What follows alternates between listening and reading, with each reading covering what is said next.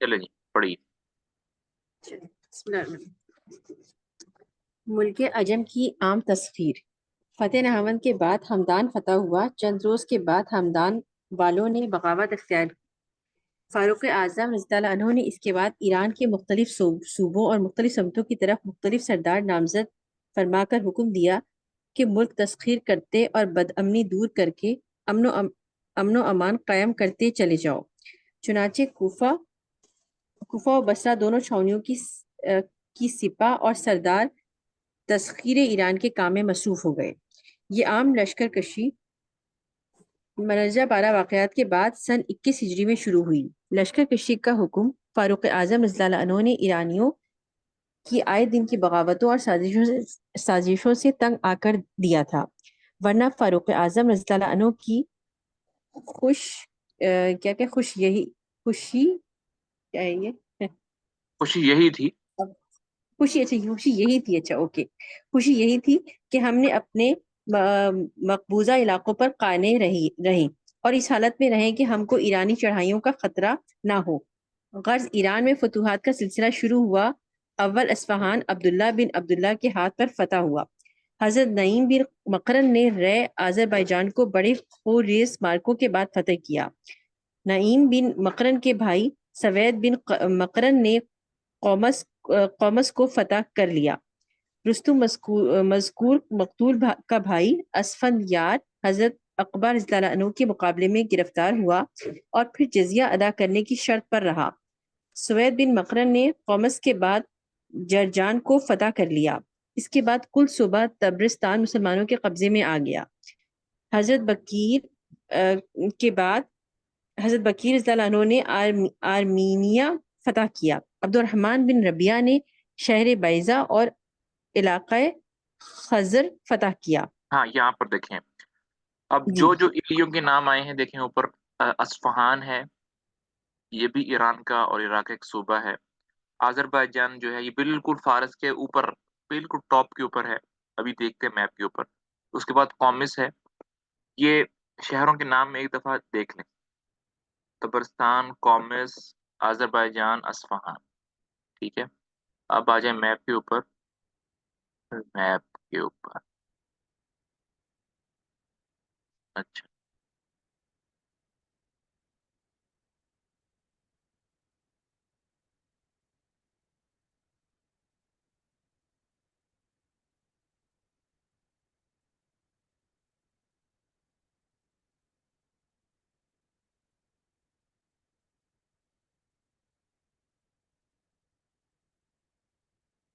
اچھا یہ map change ہو رہا ہے نا، جیسے میں چینج کر رہا ہوں آپ اسکرین کے اوپر؟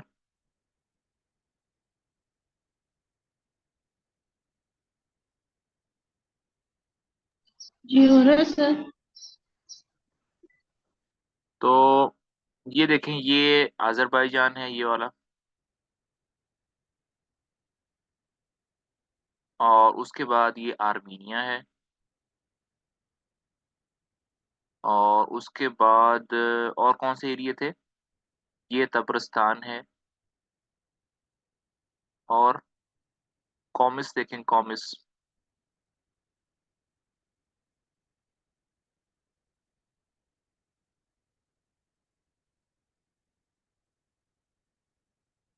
یہ اصفہان ہے،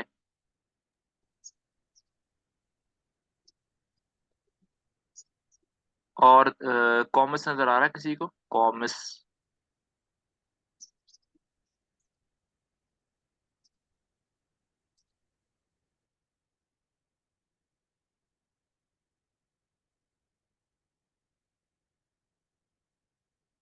قزوین، اکیان۔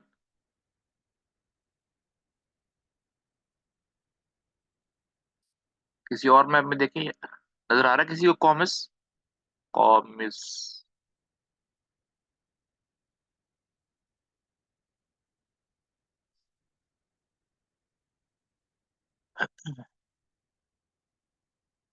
قومس ایک اور میپ میں نے دیکھا تھا۔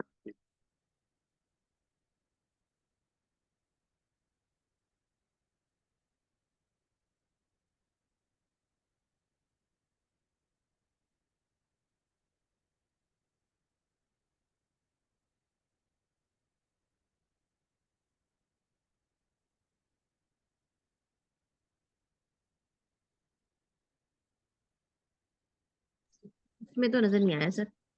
چلے کوئی بات، ابھی میپ چینج ہوا ہے، آج میں چینج کر رہا ہوں ساتھ میں. یہ میپ چینج ہو گیا. ہاں تو ابھی یہ جو وہ زمانے کا تھا تھوڑا سا چینج ہو گیا. یہ دیکھیں آذربائیجان بالکل ٹاپ کے اوپر ہے یہاں پر. آرمینیا جو ہے ایک نیا علاقہ ہے. یہاں دیکھیں یہ کامس نظر آ گیا. یہ دیکھیں یہ اس میپ کے اوپر کامس ہے. اور ایک صحیح. اور علاقہ بھی ہے جرجان علاقے ہیں. تو یہ ساتھ ساتھ میں علاقے ہیں سارے، کچھ اوپر نیچے ہیں لیکن ہیں سارے فارس کے اندر. چلے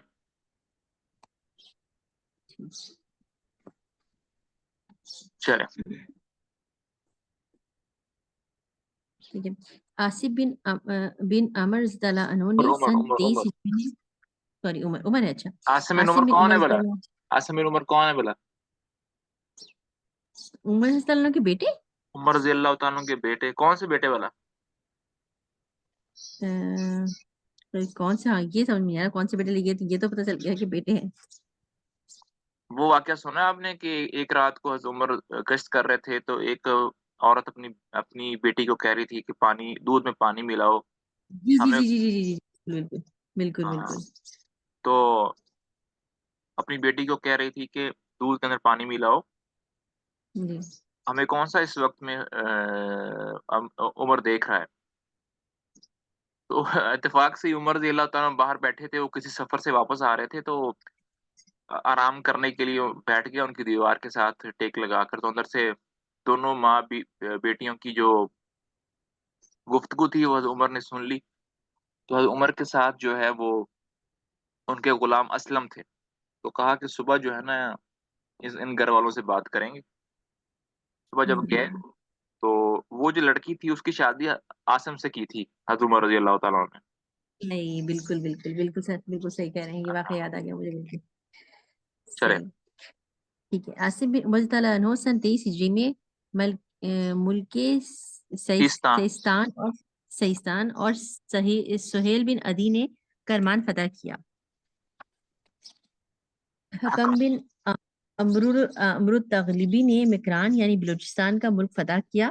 اور جنگ عظیم کے بعد اس ملک کے راجہ راسل نے جو ایرانیوں کا طرفدار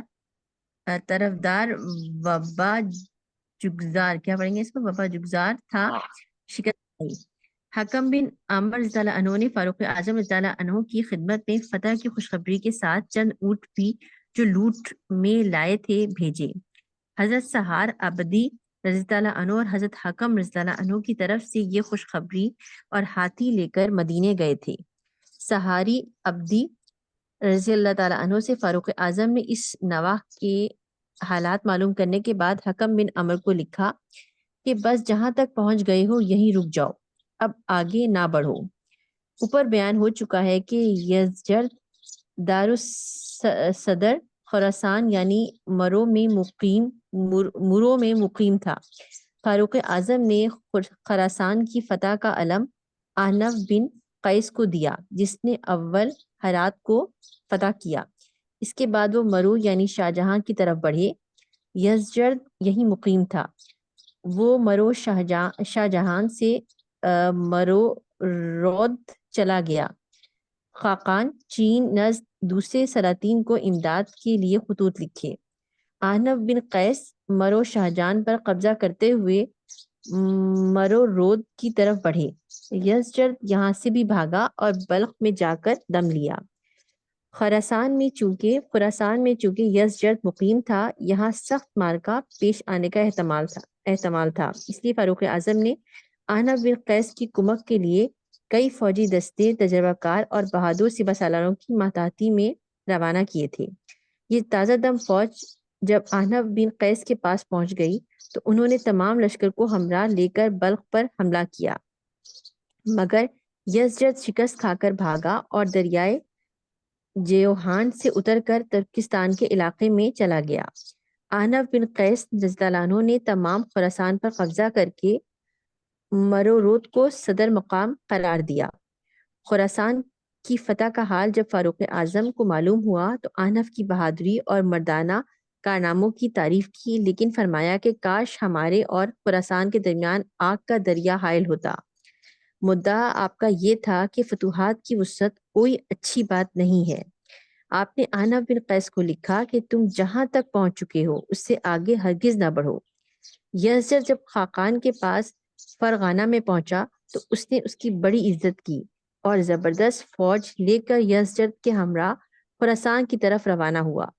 بلخ تک خاقان تو مرو رود پر حملہ آور ہوا اور یزدجرد نے مرو شاہ جہان پر حملہ کیا۔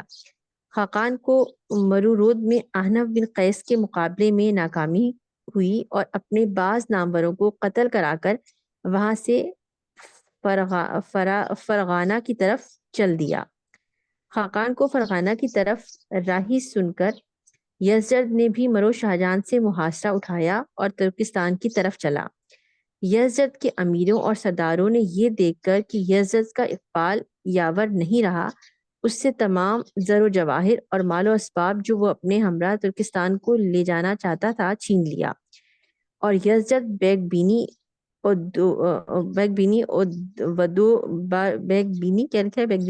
ودو گوش خاقان کے پاس خاقان کے پاس فرغانہ میں پہنچا۔ اس فتح کی خوشخبری فاروق اعظم کے پاس مدینہ پہنچی تو انہوں نے منادی کرا کر شہر کے لوگوں کو مسجد نبوی رضی اللہ عنہ میں طلب کیا۔ پھر اس مجمع عام کے روبرو ایک تقریر فرمائی جس کا خلاصہ یہ تھا: آج مجوسیوں کی حکومت فنا ہو چکی ہے، اب وہ اپنے ملک میں بالشتہ اب وہ اپنے ملک میں بالش بھر زمین کے بھی مالک نہ ہو سکیں گے، مسلمانوں کو نقصان پہنچا سکیں۔ مسلمانوں، اللہ تعالیٰ نے تم کو مجوسیوں کی زمین، مجوسیوں کے ملک اور مجوسیوں کے اموال اور املاک کا مالک بنا دیا ہے تاکہ اب تمہارے تمام اعمال و افعال کو جانچے۔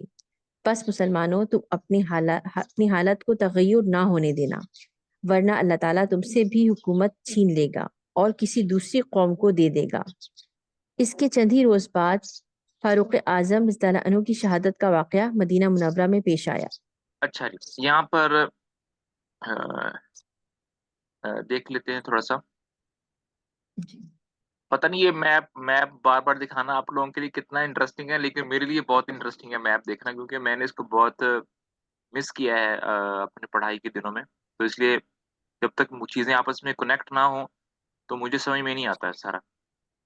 نہیں سر، میپ تو بہت اچھا ہے، بہت اچھے سے میپ سے ایریاز کا پتہ چل رہا ہے نا، کیونکہ ہم لوگ تو بالکل ایسے ہی پڑھ رہے ہیں، بلینک پڑھ رہے تھے پہلے بھی، ہم لوگ جو ہسٹری پڑھ رہے تھے کافی ساری چیزیں، تو اب لیکن بہت میپ سے تو بہت اچھا ہو رہا ہے، انٹرسٹ بلکہ بڑھ رہا ہے۔ اچھا، اب یہاں پر مکران کی بات ہو رہی تھی، یہ مکران کے ایریا ہیں۔ مکران کا جو کچھ ایریا ہے وہ پاکستان میں ہے، بلوچستان کا، اور باقی جو ایریا ہے وہ ایران کے پاس ہے۔ تو جس طرح ایک بلوچستان پاکستان میں ہے، اسی طرح ایک بلوچستان ایران کے اندر بھی ہے۔ جس طرح پنجاب پاکستان کے اندر بھی ہے، انڈیا کے اندر بھی ہے، سیم ٹو سیم بلوچستان کا کچھ ایریا ایران کے اندر ہے، کچھ پاکستان کے اندر۔ اچھا، اس کے بعد مرو کی بات ہو رہی تھی، تو مرو جو ہے وہ اللہ بھلا کرے، یہ مرو ہے اور یہ خراسان ہے۔ یہ وہ جنگ ایریا ہے جہاں پر یزدجرد کے ساتھ جو ہے نا بات ہو رہی ہے، اور یہ جیہون دریا کا نام ہے، یہ والا یہ جو آپ کو ایسا زگ زیگ نظر آ رہی ہے، یہ دریا جیہون ہے۔ اور یہاں پر بلخ کا جو ایریا ہے بالکل یہاں پر جنگ ہو رہی ہے یزدجرد کے ساتھ۔ اور کون سے علاقے کی بات ہو رہی تھی اس کے اندر؟ یہ فرغانہ، ایک فرغانہ آ رہا تھا، فرغانہ، جی، فرغانہ کدھر ہے؟ اور فرغانہ دیکھ، فرغانہ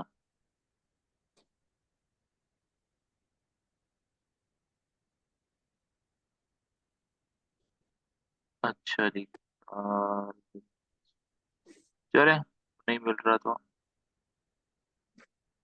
برا یہ جو ایریا ہے یہاں پر جو ہے یزدجرد کے ساتھ ہو رہی۔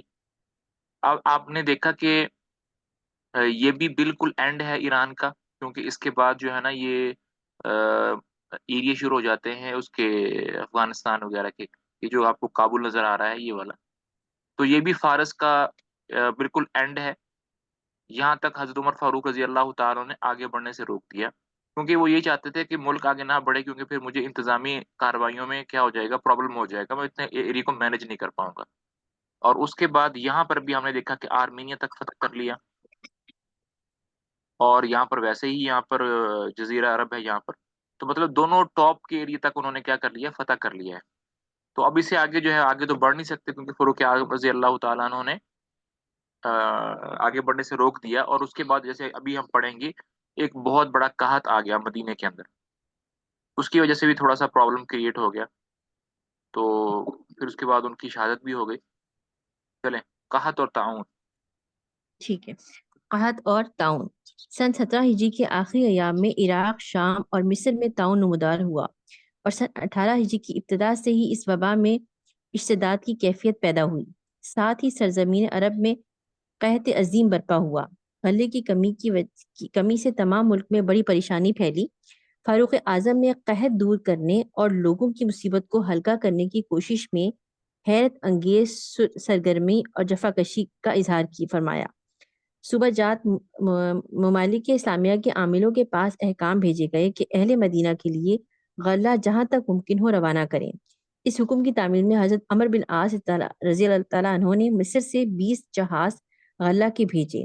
ان جہازوں کے آنے کی خبر سن کر فاروق اعظم نے خود بندرگاہ تک، جو مدینہ سے 3 منزل کے فاصلے پر تھی، تشریف لے گئے۔ غلہ کو جہازوں سے اتروا کر ایک محفوظ مکان میں رکھا گیا اور ایک ضرورت منٹ، مندوں ایک کے منٹ، پیسے۔ یہ جی جو جی 3 جی منزل جی ہے یہ کافی دور کا ایریا ہے، یا یہ کون سے بندرگاہ کی بات ہو رہی ہے پتہ ہے؟ یہ مدینہ سے ایک جگہ ہے یمبو، ایک شہر ہے یمبو، اچھا وہاں کی بات ہو رہی ہے۔ تقریباً 1-2 گھنٹے کی ڈرائیو ہے، بلکہ زیادہ ہی ہوگی، تو وہ وہاں پر لے گئے۔ اگر آپ لوگوں کو میں میپ میں دکھاؤں تو یہ جو ایریا بنتا ہے نا، یہ بنتا ہے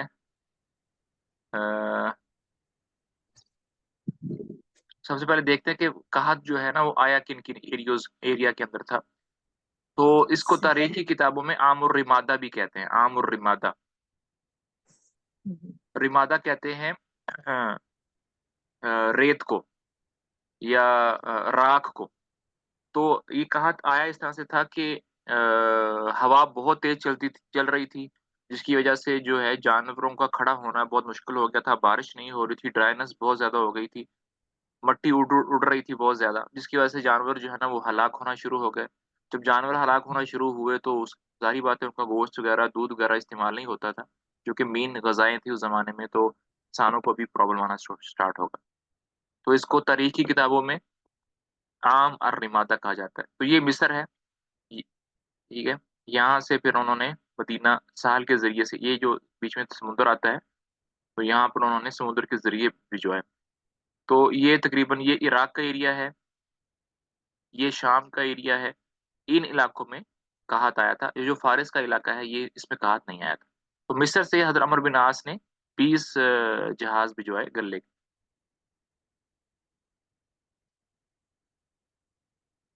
چلیں آگے، جی۔ غلہ کو جہازوں سے اتروا کر یہ غلہ کو جہازوں سے اتروا کر ایک محفوظ مکان میں رکھا گیا اور ضرورت مندوں کی فہرستیں مرتب کر کے غلہ ان میں تقسیم کرایا گیا۔ فاروق اعظم نے عہد کیا تھا کہ جب تک قحط کی بلا لوگوں پر مسلط ہے، ہم گھی اور دودھ ہرگز استعمال نہ کریں گے۔ اس خشک سالی کے دور دور کرنے کے لیے فاروق اعظم اہل مدینہ کو ہمراہ لے کر نماز استسقاء ادا کرنے کے لیے نکلے۔ دعا مانگی دعا ابھی ختم بھی نہ ہوئی تھی کہ بارش شروع ہو گئی۔ شام میں طاعون کی وبا کے نمودار ہونے کا حال سن کر فاروق اعظم نے مدینہ منورہ سے خود شام کی اسلامی فوجوں کی طرف روانہ ہوئے۔ مقام تو سرخ ہاں مقام سرخ پر پہنچے تھے کہ حضرت ابو عبیدہ بن جراح اور دوسرے سرداران لشکر نے بطریق استقبال آگے بڑھ کر ملاقات کی، اور بعض صحابہ رضی اللہ عنہم نے عرض کیا کہ اب آپ کے آگے تعاونی علاقے میں تشریف نہ لے جائیے۔ اچھا، آگے تعاونی علاقے میں تشریف نہ لے جائیں۔ حضرت عبد الرحمن بن عوف نے کہا کہ میں نے نبی کریم صلی اللہ علیہ وسلم سے سنا ہے کہ جس جگہ وبا پھیلی ہو وہاں نہ جاؤ، اور اگر اتفاق سے اس مقام پر وبا پھیل جائے جہاں تم موجود ہو تو وہاں سے نہ بھاگو۔ اس حدیث کو سن کر فاروق اعظم رضی اللہ عنہ مدینہ منورہ کی طرف واپس ہوئے اور سرداران لشکر کو تاکیدی طور پر ہدایت کر کے آئے کہ جہاں تک ممکن ہو اس مرض کے متعلق انسدادی تدابیر کام میں لائیں۔ ابو عبیدہ لشکر اسلام کو لیے ہوئے ایک نشیبی علاقے میں مقیم تھے۔ فاروق حکم کے موافق وہاں سے کوچ کر کے مقام جابیہ میں، جس کی آب و ہوا اچھی تھی، لشکر اسلام کو لے آئے۔ یہاں آ کر حضرت ابو عبیدہ بن جراح مرض طاعون میں مبتلا ہوئے۔ جب مرض کی شدت اور زندگی سے مایوسی ہوئی تو حضرت ابو عبیدہ نے اپنی جگہ حضرت معاذ بن جبل رضی اللہ عنہ کو سالار لشکر مقرر فرمایا اور تھوڑی دیر کے بعد فوت ہو گئے۔ معاذ بن جبل رضی اللہ عنہ بھی زیادہ دنوں زندہ نہ رہ سکے۔ اول ان کے بیٹے نے اسی مرض میں مبتلا ہو کر وفات پائی، پھر وہ بیمار ہوئے۔ انہوں نے مرنے سے بیشتر عمر بن عاص رضی اللہ عنہ کو اپنا جانشین مقرر فرمایا۔ عمر بن عاص حضرت معاذ بن جبل کی وفات کے بعد لشکر اسلام کو لے کر پہاڑ کی چوٹیوں پر چڑھ گئے اور چھوٹے چھوٹے ٹکڑوں نے الگ الگ چوٹیوں پر قیام کیا۔ چند روز کے بعد اس وبا کا زور و شور کم ہو گیا۔ مصر کی فتح اس طاعون اور وبا سے یقیناً پہلے ہی ہو چکی تھی۔ اس وبا کے ایام میں جی جی کیا جی کچھ کہہ رہے ہیں؟ اچھا اچھا اوکے۔ اس وبا کے ایام میں حضرت عمر بن عاص مصر سے غلہ مدینہ کی جانب روانہ کرنے کے بعد حضرت ابو عبیدہ کے پاس شام کے ملک میں اس لیے تشریف لے آئے تھے کہ فاروق اعظم رضی اللہ عنہ نے حدود شام میں تشریف لانے کا حال ان کو معلوم ہو چکا تھا، اور فاروق اعظم کی خدمت میں حاضر ہو کر مصر کے حالات بیان کرنا اور انتظام ملکی کے متعلق فاروق اعظم سے ہدایات کا حاصل کرنا ضروری تھا۔ فاروق اعظم کی واپسی کے بعد حضرت عمر بن عاص اس وبا کی مصیبت اور حضرت ابو عبیدہ اور حضرت معاذ کی وفات کے سبب فوراً مصر کو نہ جا سکتے تھے۔ اسی وبا میں یزید بن ابی سفیان جو دمشق کے عامل تھے فوت ہوئے۔ ان کے فوت ہونے کی خبر سن کر فاروق اعظم نے حضرت معاویہ بن ابی سفیان اور ان کے بھائی کو دمشق کا عامل مقرر فرمایا۔ اسی انتظام میں شرجیل بن ہاں، حسنہ یہ لفظ بہت غلط لکھا ہوا ہے، یہ ہے شرحبیل۔ شرابیل ٹھیک ہو گیا۔ شرابیل بن حسنہ رضی اللہ عنہ علاقہ اردن کے عامل مقرر ہوئے۔ اس وبا میں بڑے بڑے معزز بزرگ صحابی فوت ہوئے اور اسلامی فتوحات کا سلسلہ جو ایک خاص رفتار کے ساتھ جاری تھا اس لیے رک گیا کہ لشکر اسلام اپنی ہی مصیبتوں میں گرفتار تھا۔ اسی سن 18 ہجری میں فاروق اعظم نے شریع بن حرس کندی کو کوفہ کا اور ارکب بن نہیں، سواری اور یہ لفظ سوری اور کعب بن اور اچھا اوکے اور کعب اچھا اوکے اور کعب بن سوار ازدی کو بصرہ کا قاضی مقرر فرمایا۔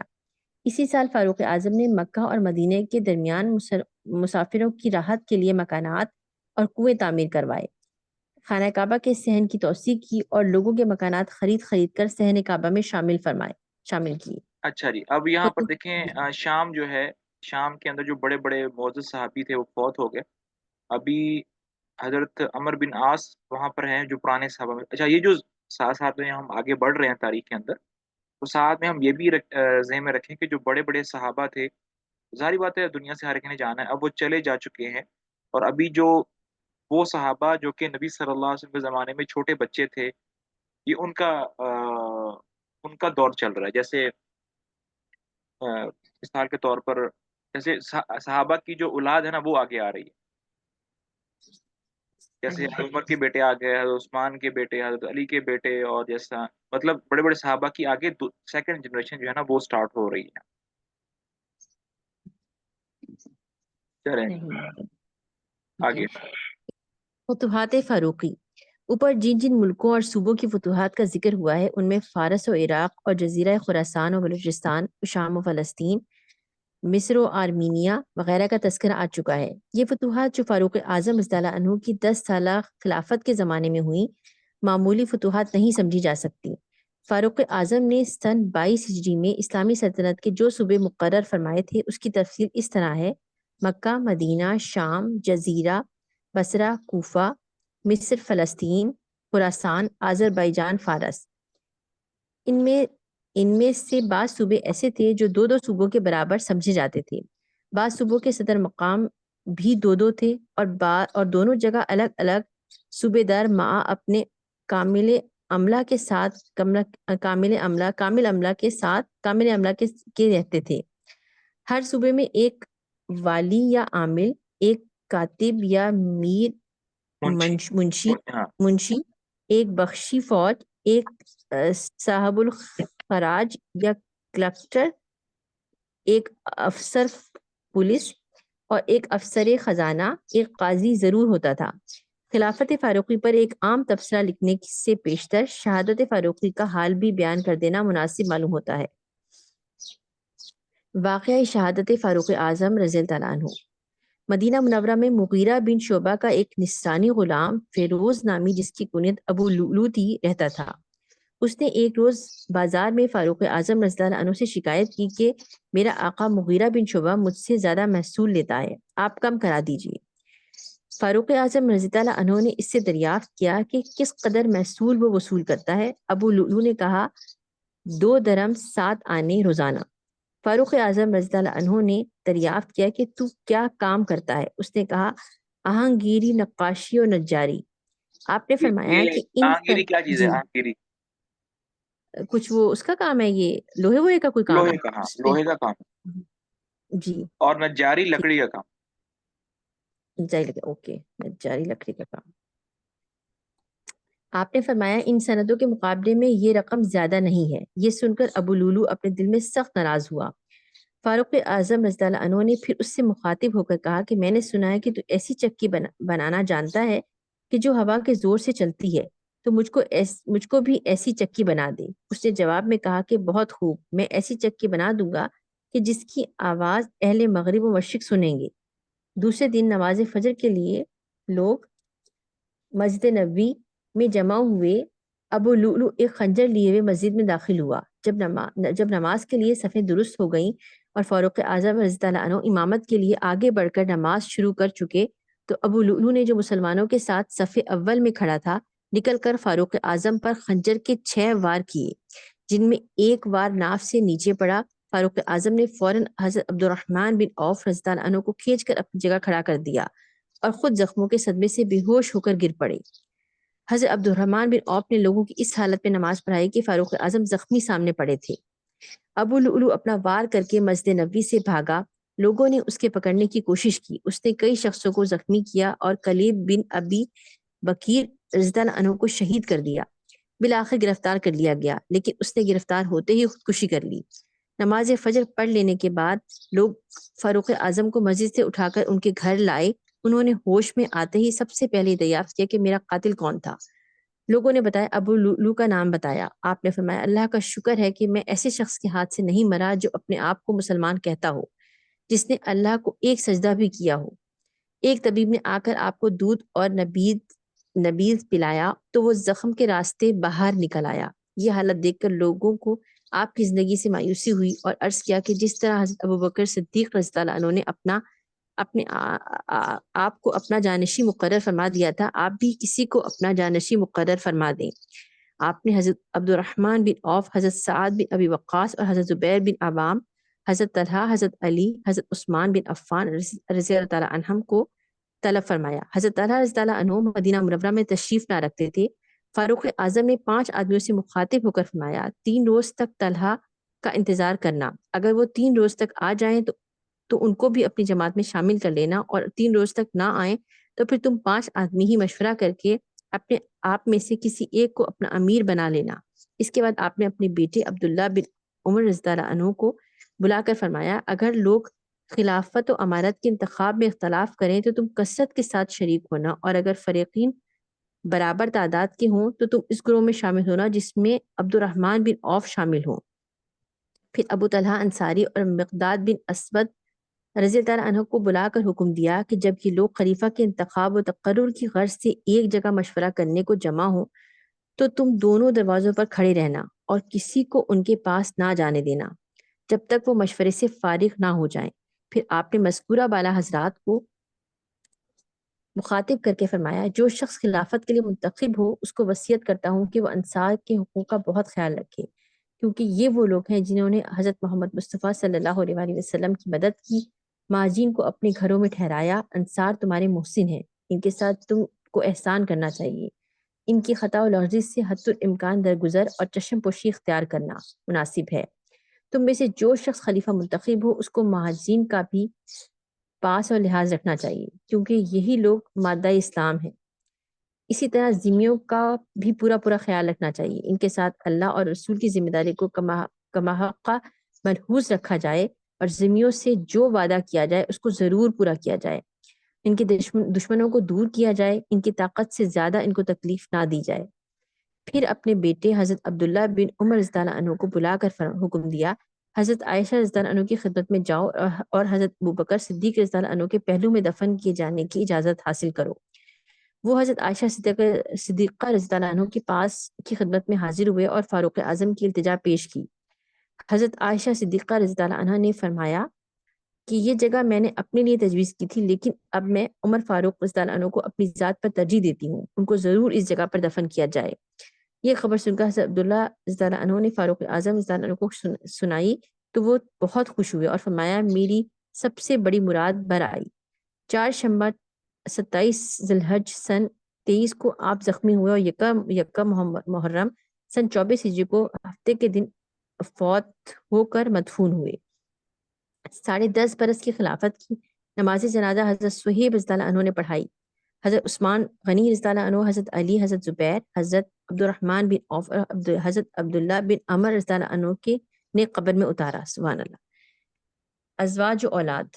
فاروق اعظم کا پہلا نکاح زمانہ جاہلیت میں زینب رضی اللہ عنہ بن مطعون بن حبیب بن وحب بن حذافہ بن جمحہ سے ہوا تھا، جن کے بدن سے عبداللہ، عبد الرحمن، اکبر اور حضرت حفصہ رضی اللہ عنہم پیدا ہوئیں۔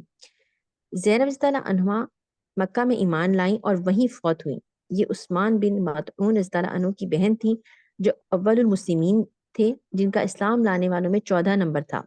دوسرا نکاح عہد جاہلیت ہی میں ملکہ بنت جرول خزائی سے کیا، جس سے عبید اللہ پیدا ہوئے۔ چونکہ یہ بیوی ایمان نہیں لائیں اس لیے ان کو سن 6 ہجری میں طلاق دے دی۔ تیسری بیوی قریبہ بنت ابی امیہ مخزومی تھی، جس سے جاہلیت ہی میں نکاح کیا تھا اور سن 6 ہجری میں بعد صلح حدیبیہ اسلام لانے کی وجہ سے طلاق دے دی۔ چوتھا نکاح اسلام میں ام حکیم بنت الحرث بن حشام مخزومی سے کیا، جن کے بدن سے فاطمہ پیدا ہوئی۔ پانچواں نکاح مدینے میں آنے کے بعد سن 7 ہجری میں جمیلہ بنت عاصم بن ثابت بن ابی الفا اوسی انصاری سے کیا، جن کے بدن سے عاصم پیدا ہوئے، لیکن ان کو بھی کسی وجہ سے طلاق دے دی تھی۔ چھٹا نکاح سن 7 ہجری میں ام کلثوم بنت علی رضی اللہ عنہ بن ابی طالب سے 40,000 مہر پر کیا۔ ام کلثوم بنت علی حضرت علی کی بیٹی، حضرت علی کی بیٹی، ہاں حضرت علی کی بیٹی تھی۔ ٹھیک ہے۔ ان کے بدن سے رقیہ اور زید پیدا ہوئے۔ عتکہ بنت زید بن عمر بن فضیل جو فاروق اعظم رضی اللہ عنہ کی چچیری بہن تھی، فقیہہ یمینیہ بھی فاروق اعظم کی بیویوں میں شمار کی جاتی ہیں۔ فقیہہ کی نسبت بعض لوگوں نے لکھا ہے کہ وہ لوڈی تھیں۔ ان کے پیٹ سے عبد الرحمن اوست پیدا ہوئے۔ فاروق اعظم کی اولاد میں حضرت حفصہ رضی اللہ عنہ زوجہ رسول صلی اللہ علیہ وسلم اور حضرت عبداللہ رضی اللہ عنہ دو بہت نامور ہیں۔ حضرت عبداللہ بن عمر رضی اللہ عنہ عمر بن رضی اللہ عنہ نبی کے وسلم کے ساتھ قریباً تمام غزوات میں شریک رہے۔ جیسا ان کی کافی ساری اولادیں ہیں ماشاءاللہ، تو شادیاں ٹھیک ہے۔ زیادہ کرتے تھے۔ ہاں زیادہ تھے نا، تو کیونکہ آگے ہسٹری میں کافی ان لوگوں کے ان کے کچھ نام کافی پرومیننٹ۔ اچھا، عمر بن عبدالعزیز جو تھے ان کے پوتے تھے عمر بن عبدالعزیز پوتے یا بیٹے تھے؟ میرے خیال میں وہ نواسے تھے۔ نواسے تھے، جن کا دور حکومت بہت مشہور ہے نا، کہ بہت اچھا ان کا دور تھا، بنو جو جی بنو امیہ کے زمانے میں وہ۔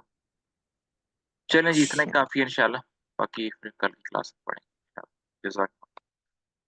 آگے اب آگے تھوڑا سا پورشن جو ہے وہ کہ حضرت عمر رضی اللہ تعالیٰ عنہ کی اوور آل جو حکومت تھی، کیا بنوایا، کس طرح ترقی کی وغیرہ وغیرہ، انتظامی امور میں کیا تھا، انشاءاللہ یہ کل پڑھیں گے۔ چلیں، السلام علیکم۔